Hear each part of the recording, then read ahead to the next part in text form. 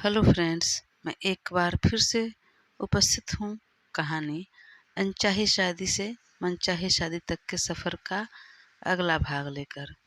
इसके पहले के भाग अगर आपने नहीं देखा तो प्लीज़ एक बार मेरे चैनल पर जाकर अवश्य देखें और इसके लेटेस्ट भाग मैं कमेंट सेक्शन में पिन कर दूँगी, तो एक बार ज़रूर क्लिक करके देखें।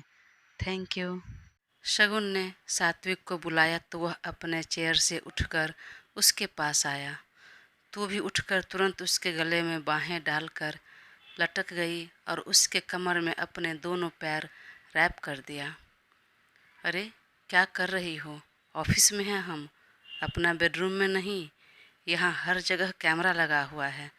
चलो उतरो और ठीक से बोलो, क्या बताना है। लेकिन वह लड़की कहाँ मानने वाली थी, सुनने वाली थी। वह यूं ही लटकी रही। तब सात्विक ने उसे कमर से होल्ड किया और उसे यूं ही पकड़े हुए हाथ बढ़ाकर फटाफट अपने सिस्टम पर सिक्योरिटी एक्सेस ऑन कर अपने केबिन का कैमरा ऑफ किया। फिर सामान्य होकर उसकी आंखों में देखते हुए कहा, क्या है ये? क्यों मुझे इस तरह परेशान कर रही हो? तुम वाकई काम सीखने आई हो या अपने साथ मेरा भी टाइम खराब करने, टाइम पास करने? अगर तुम्हारी ऐसी हरकतें रही तो फिर क्या? तुम मुझे अपने केबिन में नहीं बैठने दोगे या अपने ऑफिस नहीं आने दोगे? सात्विक चौंक गया, कहीं यह जीत का नाम ना ले ले। उसने तुरंत कहा, मैं ये नहीं कह रहा कि तुम्हें यहाँ बैठने नहीं दूंगा या काम नहीं करने दूंगा, ऑफिस नहीं आने दूंगा, लेकिन तुम्हारी यह हरकत मैं नहीं एक्सेप्ट कर रहा। इस वजह से तुम्हारे साथ मैं भी काम पर कंसंट्रेट नहीं कर पाऊंगा। समय बर्बाद होगा मेरा।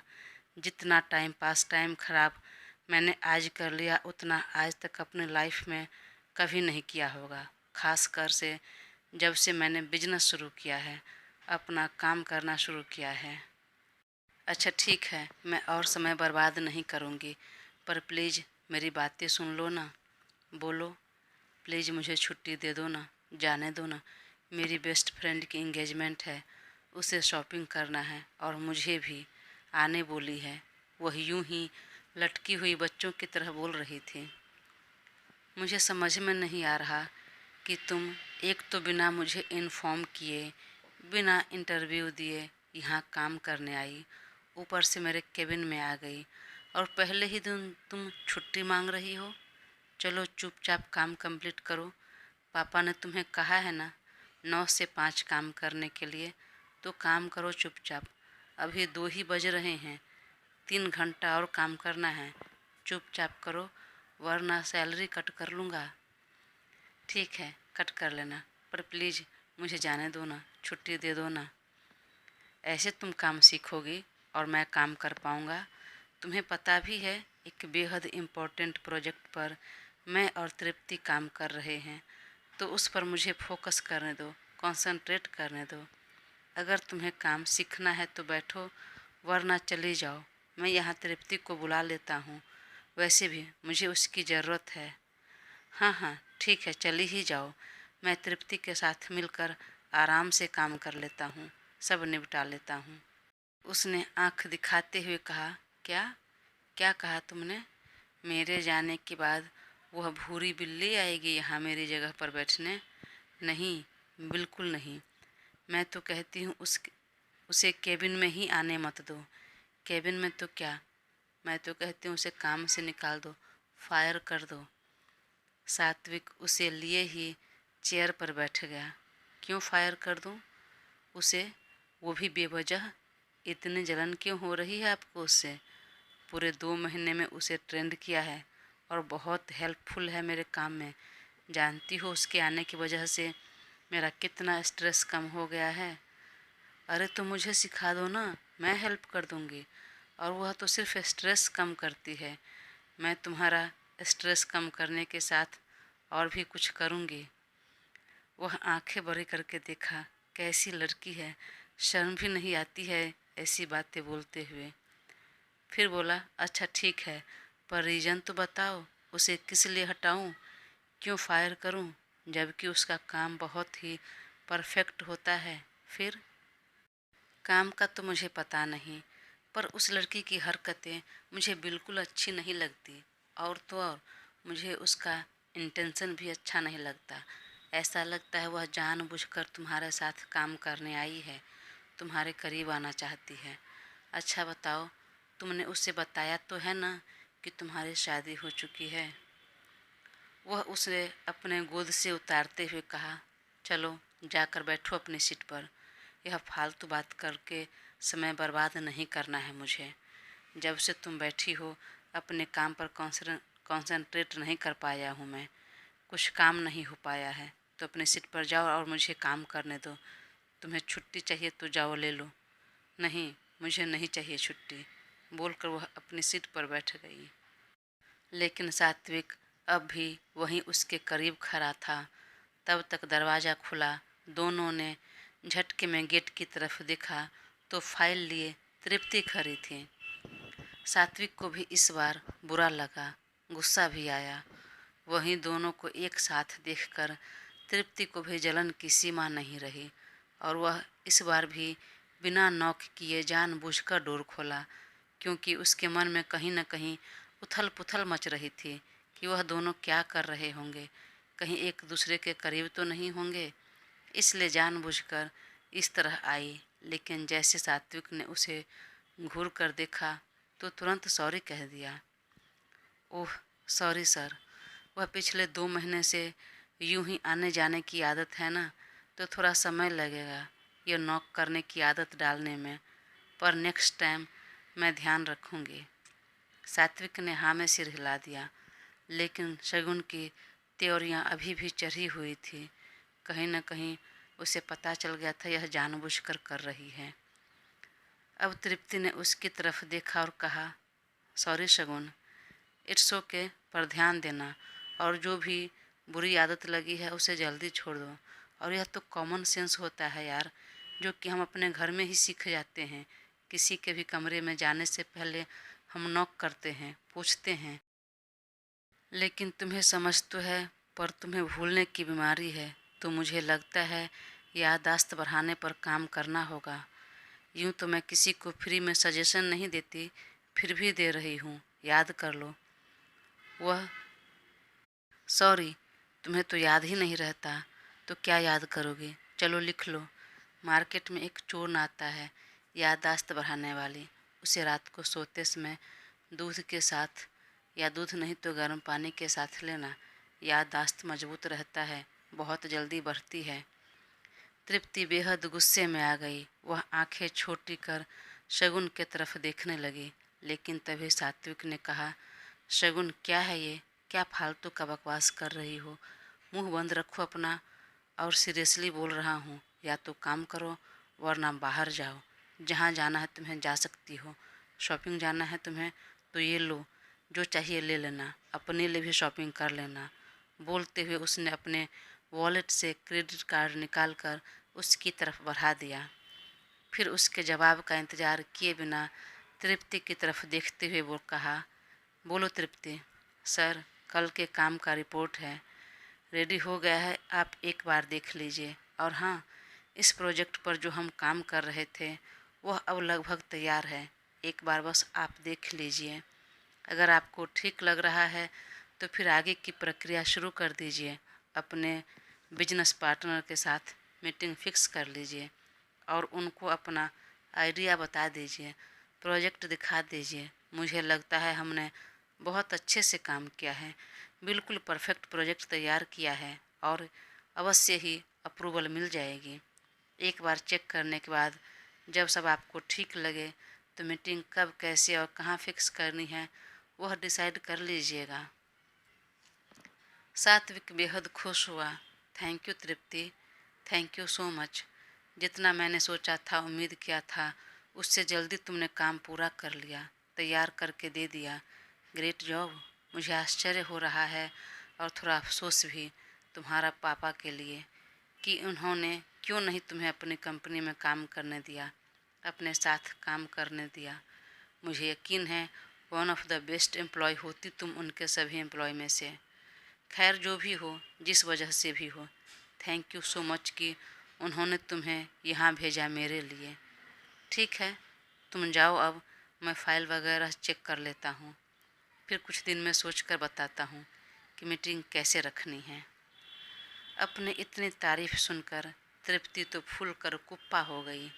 वह एक उड़ती नज़र शगुन पर डाली और अपना एक आईब्रो उठाते हुए कहा, thank you so much sir, सब आपकी वजह से है। और रही बात मेरे पापा के काम नहीं देने की, तो कहते हैं ना, हीरे की पहचान सबको नहीं होती, सिर्फ जौहरी ही करते हैं, तो वही बात है। वह भले ही मेरे पापा हैं, लेकिन मैं क्या हूँ वह मुझे नहीं पहचान पाए। अपने हीरे जैसी बेटी को पत्थर समझकर निकाल दिया, हटा दिया, और देखिए उसकी पहचान कर आपने मुझे तराश दिया। वास्तव में मैं जो भी हूँ वह आपकी वजह से हूँ। मुझे हीरे की पहचान करने वाले जौहरी आप ही हैं। वह बोल रही थी और बीच बीच में नज़र उठाकर शगुन की तरफ भी देख रही थी।